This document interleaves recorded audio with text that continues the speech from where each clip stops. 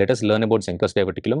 Zenker's is nothing but outpouching of the mucosa and submucosa of the esophagus through Killian's dehiscence. The inferior pharyngeal constrictor muscle has two parts. One is thyropharyngeus and the other is cricopharyngeus.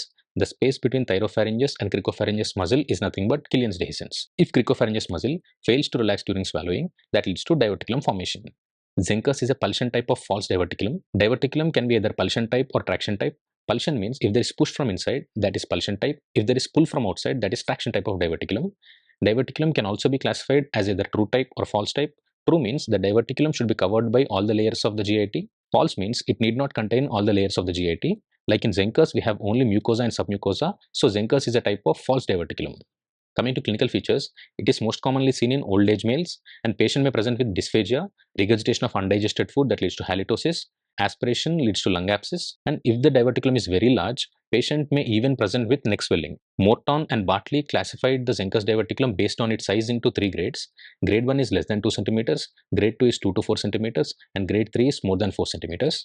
Next, investigations. Barium swallow is the investigation of choice for Zenker's diverticulum. We can also go for endoscopy or manometry. If it is less than 2 cm, we can go for cricopharyngomyotomy or botulinum toxin injection. If the size is 2 to 4 cm, we can go for either myotomy or botulinum toxin injection with diverticulopexy.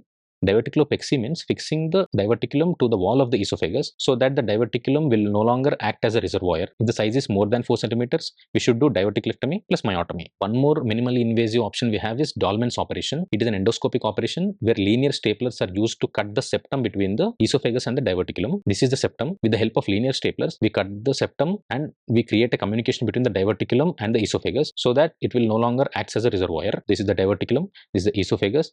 This is the linear stapler that we introduced into the diverticulum and the esophagus. We cut open the septum and made a common channel between the diverticulum and the esophagus so that the food will no longer stay in the diverticulum. This is everything about Zenker's diverticulum. Thank you.